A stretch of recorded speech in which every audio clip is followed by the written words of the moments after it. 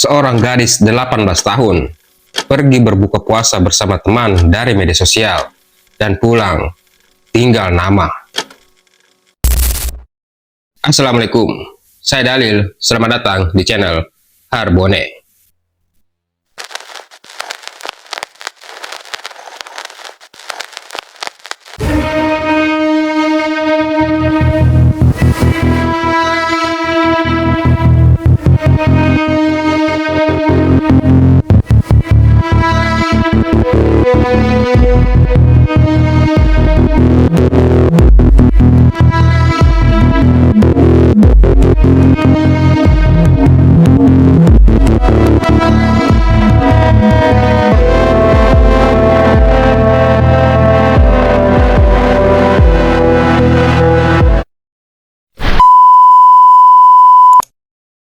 Kembali lagi di channel ini, tempat kita ngobrolin berbagai kisah kriminal nyata, kisah kelam yang kadang terlalu kejam untuk dibayangkan, sisi gelap kehidupan yang kadang kita tidak sangka dan sering luput dari perhatian, justru terjadi sangat dekat dengan kita.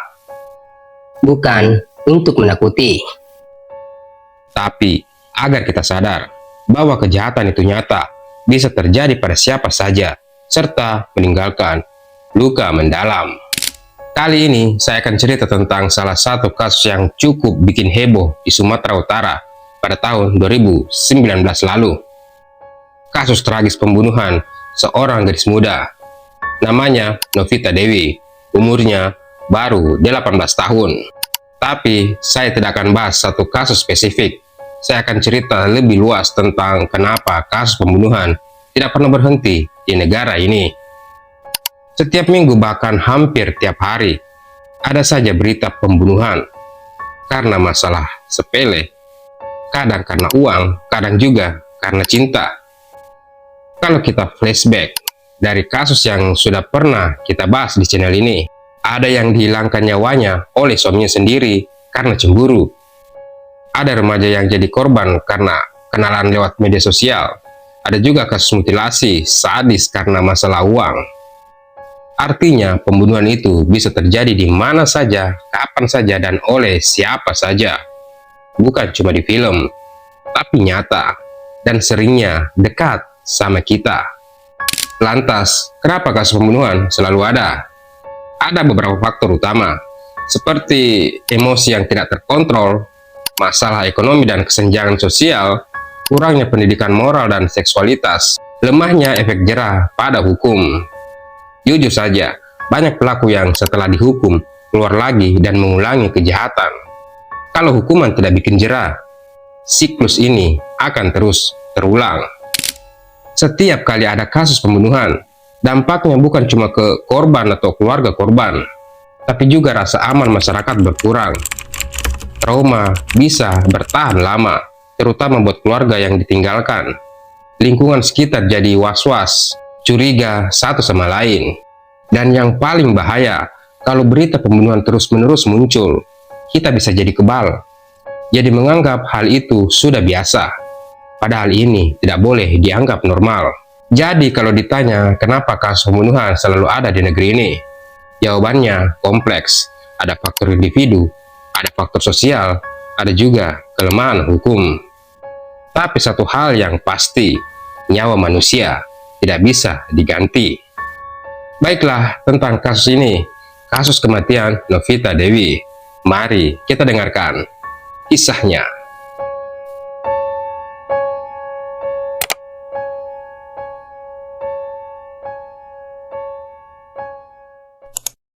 Novita Dewi tinggal di Kecamatan Tapian Dolok, Kabupaten Simalungun.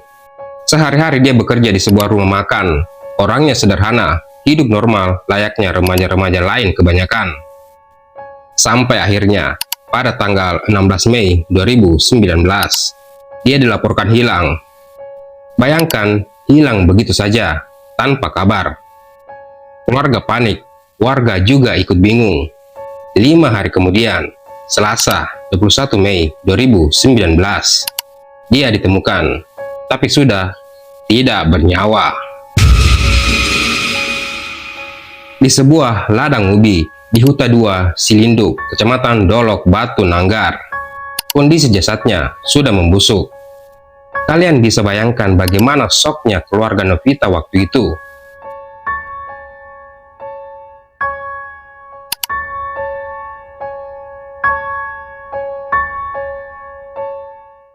Setelah pihak kepolisian turun tangan dan bergerak cepat, kurang dari 24 jam setelah jasad Novita ditemukan, pelaku akhirnya ditangkap.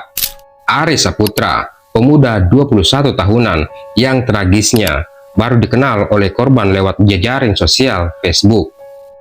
Jadi mereka ini kenal di media sosial belum lama, paling sekitar 1–1,5 bulan. Mereka juga pernah beberapa kali bertemu. Waktu ditangkap, dia sempat coba melawan, akhirnya ditembak di bagian kaki biar tidak kabur. Barang bukti seperti handphone korban juga ditemukan bersama dia. Jadi semua bukti mengarah jelas kepada pelaku. Nah, dari hasil penyelidikan, motifnya jujur saja bikin merinding. Jadi korban dan pelaku janjian untuk ketemuan untuk berbuka puasa bersama.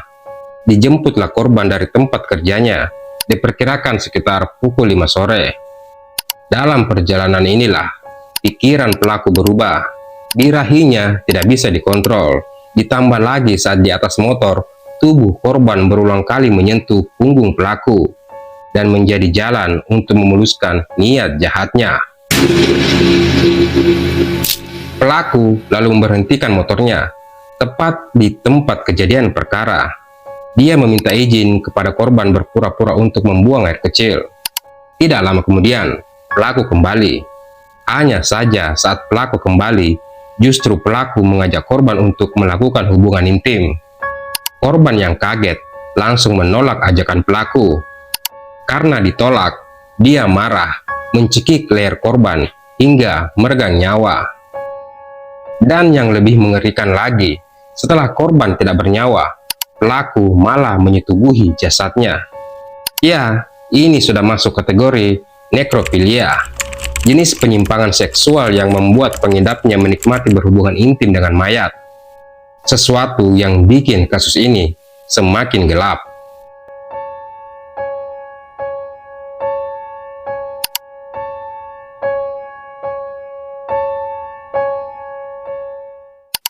Akhirnya kasus ini lanjut ke pengadilan.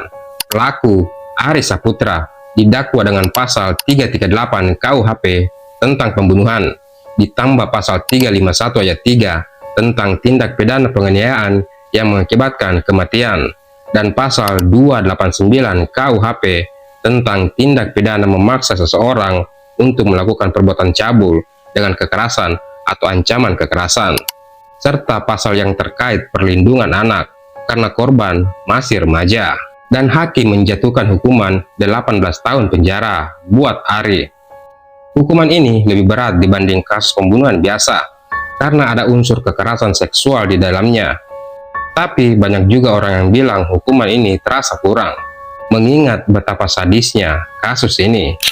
Namun di KUHP pasal 338 tentang pembunuhan biasa, ancamannya maksimal 15 tahun penjara. Tapi karena ada pasal tambahan seperti pelecehan dan perlindungan anak, hukumannya bisa lebih berat. Tapi kalau pengadilan menilai pelaku kooperatif atau ada alasan lain, hukuman sering tidak sampai maksimal. Jadi wajarlah kalau masyarakat sering merasa hukuman masih kurang adil.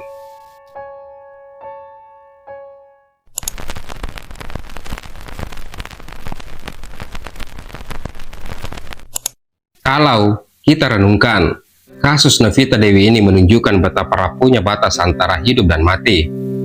Seorang gadis muda, 18 tahun, yang seharusnya masih punya banyak mimpi, tiba-tiba direnggut nyawanya dengan cara yang kejam. Cuma karena dia berani bilang tidak. Kita jadi sadar betapa pentingnya belajar menghargai penolakan. Betapa berbahayanya kalau emosi dan nafsu tidak bisa dikendalikan. Dan betapa dunia digital yang kelihatan seru ternyata bisa jadi pintu masuk tragedi. Ini bagian yang bikin kita berpikir. Pertama, tentang dunia digital. Korban kenal pelaku lewat Facebook. Ini jadi peringatan buat kita semua. Hati-hati kalau berkenalan dengan orang asing lewat media sosial, karena di balik akun yang kelihatan normal, bisa saja ada orang berbahaya. Kedua, soal hukuman. 18 tahun, apakah itu lama? Iya, itu termasuk lama. Tapi apakah cukup setimpal buat nyawa seorang gadis muda yang mati dengan cara sekejam itu? Saya pribadi merasa sistem hukum kita seringkali masih memberi celah. Ada kasus seperti ini, tapi hukumannya tidak sampai seumur hidup atau hukuman mati. Jadi wajar kalau masyarakat banyak yang kecewa. Dan yang terakhir, ini soal kemanusiaan. Apa yang dilakukan Ari itu bukan cuma sekedar pembunuhan, tapi juga pelecehan berat. Bahkan setelah korban tidak bernyawa. Itu menunjukkan sisi gelap manusia yang benar-benar bikin bulu kuduk berdiri. Kasus ini mengingatkan kita bahwa kepercayaan yang salah bisa berujung maut, dan satu kata penolakan bisa jadi alasan seseorang kehilangan nyawa. Dari sini kita belajar betapa berharganya menjaga diri, betapa pentingnya kontrol emosi, dan betapa rapuhnya hidup manusia. Semoga tragedi ini bukan sekedar cerita, tapi jadi pengingat buat kita semua bahwa nyawa itu suci, dan tugas kita adalah saling melindungi, bukan saling melukai. Terima kasih sudah mendengarkan cerita ini. Jangan lupa like, share, dan subscribe, biar kalian tidak ketinggalan cerita-cerita true crime lainnya yang bikin kita sadar bahwa tidak semua orang yang terlihat baik bisa dipercaya. Sampai ketemu di episode berikutnya. Ciao.